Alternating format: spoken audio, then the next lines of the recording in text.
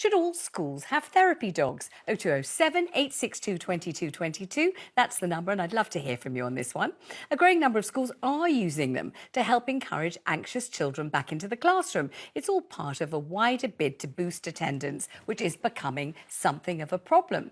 Across England and Wales, attendance rates are still lower than they were before the pandemic. According to the most recent figures for England, there were around 150,000 severely absent children last year, and that means they're missing more than half of school sessions. So, schools are bringing in therapy dogs and offering other incentives like prize vouchers to get children back into lessons. Do you think that's a good idea, or to you does it just seem a big distraction? Let's start with you, Carol. Therapy dogs. I'm looking at Suzi, who's in the studio here, who's a therapy dog, who's gorgeous. I'm distracted already because she's so gorgeous. I want to go over and cuddle her. Definitely can't argue with that. She's gorgeous. But if you want to go over and cuddle her, if you were anxious about coming into the studio this morning, which I know you're not, but if you were, and you saw this beautiful dog, you might be enticed in, stroke the dog and feel nice and calm. I think it sounds like a great idea, but I think but by doing this, we're kind of laying down a marker saying that education makes kids anxious, and it shouldn't. It doesn't. And if it does, it shouldn't. And I'm not sure therapy dogs will cure that. I love the idea, but I love the fact that when they go into hospitals and everything, and I think it's a real boost for patients who have been in hospital for weeks, months, and they get cuddled by a dog like Suzi. I love the idea. But I think for kids, it's going to be a distraction. I think they're going to want to play with doggies like Suzi. I wouldn't want to work if she was in my classroom. And I think it's hard to get back to concentrating and doing your maths and doing your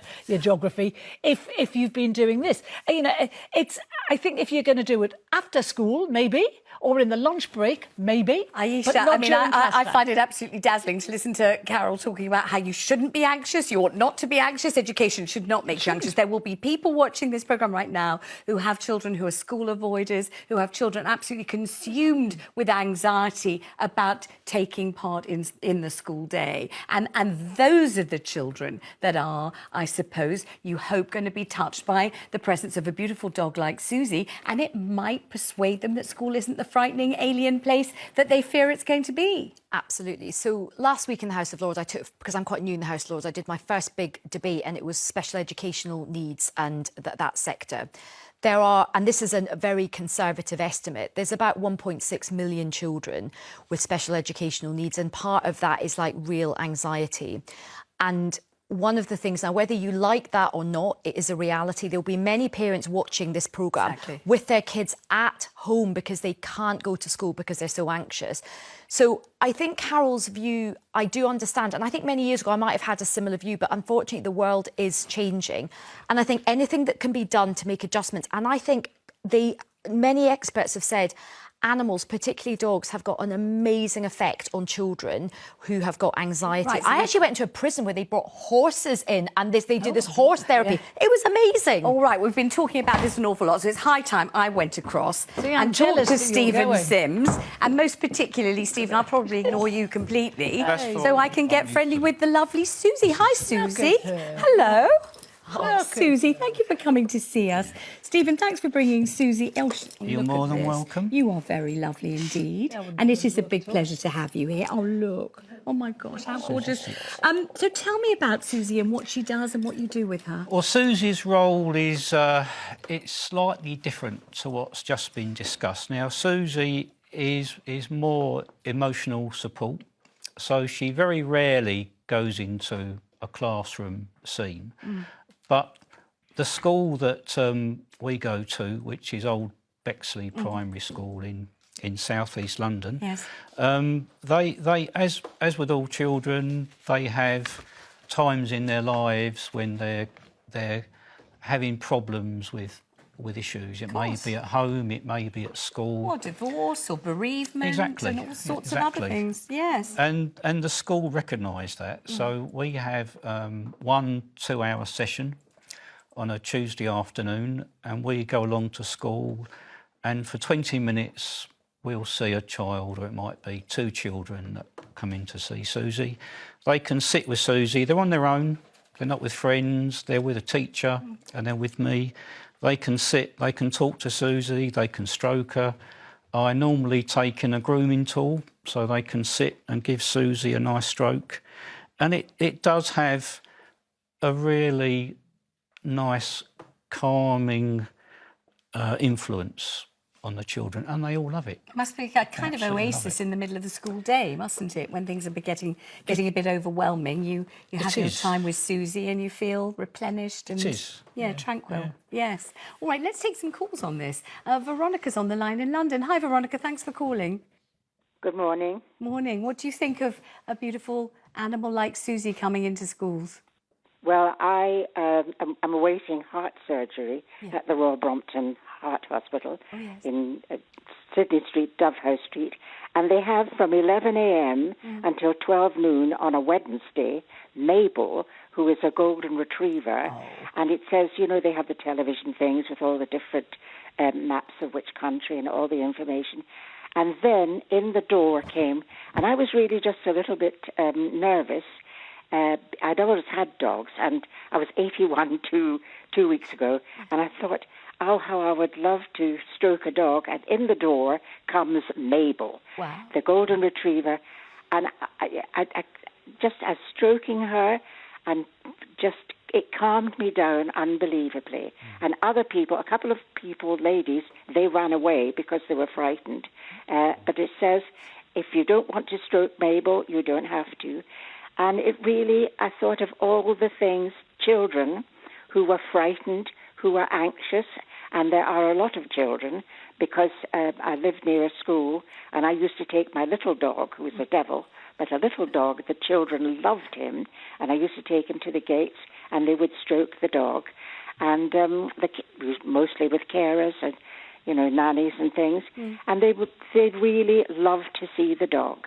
And I think it would actually be the best thing to have dogs just to come in for an hour, maybe twice a week, and it really would calm the children. Veronica, I want to say two things. One, happy birthday for last week. Two, the very best of luck in the operation. But also, what a beautiful description of being, a little frightened in hospital, and suddenly in comes Mabel or in comes Suzi. Do you visit hospitals too? We visit a couple of hospices close to where we live, and we go on the wards and we meet the patients. But I find that Suzi has quite an impact on visitors. Yeah. Now, when you're visiting somebody in a hospice, it's not always a pleasant, easy experience. And Suzi is, for the 5-10 minutes that she's there, it's a distraction from what's going on. And I always tell people Suzi's story, because she's got quite an interesting story. This is actually her second job. What was her first job? Suzi was originally a training guide dog puppy. Oh gosh! Because I'm a puppy raiser as well as a volunteer for Pets as Therapy. So Suzi started life as a training guide dog. She didn't make it through to guide dog school, unfortunately. We'll just have a quick word with Jo, who's on the line in London. Hello, Jo. Hi. Hello, everybody. There are so many benefits to having dogs in schools. Tell me what you think they are, Jo. So I've got a school dog. I'm a school business manager. So my dog is with me in school the whole time. He's trained. We have behavioural problems. So it's, if you finish this piece of work, you can go and spend some time with Oscar. Or we have some anxiety. It's not all anxiety, but this child is having difficulty. Oscar will meet the child at the school gate every day and take him to class. There's so many other things with the SEN children. They will come and they will sit and they will read to him. Or, Joe, this child's just having a bit of a problem. Can you just spend a couple of minutes? I visited a couple of schools, and we used to find every Tuesday morning this child was always in trouble because he'd come to see the dog, and it was really funny. But it's also teachers will pop down and say, oh, we just need 5 minutes therapy. He's just this calming phase in the school that everyone, and not only that, it's education. I work in a borough where not many people, there's quite a few people that don't like dogs, or they've been brought up culturally not to like dogs. And it's signing them to a class. 4 children are frightened, and at the end of the year, his birthday's in May, he has a doggy birthday cake, they all sing happy birthday to him, and the 4 children were the ones that gave him the treats. And it's to come on the whole way that they're now in a way where it's like, we're not scared no more. And also it's teaching, if you see a dog, don't run. They're thinking it's playing. You know, there's so many other benefits. It's not just about attendance anxiety. There's so much else that goes across the whole school. And it's lovely to see a dog walking about the place. I'd just like to say, what a great call, don't you think so? No, What a brilliant description of all of the benefits. And also do give our love and an extra special pat to Oscar. Joe, thank you very much indeed. Stephen, thank you so much for coming in. And of course, grateful thanks to the beautiful Suzi too, the star of the show, undoubtedly.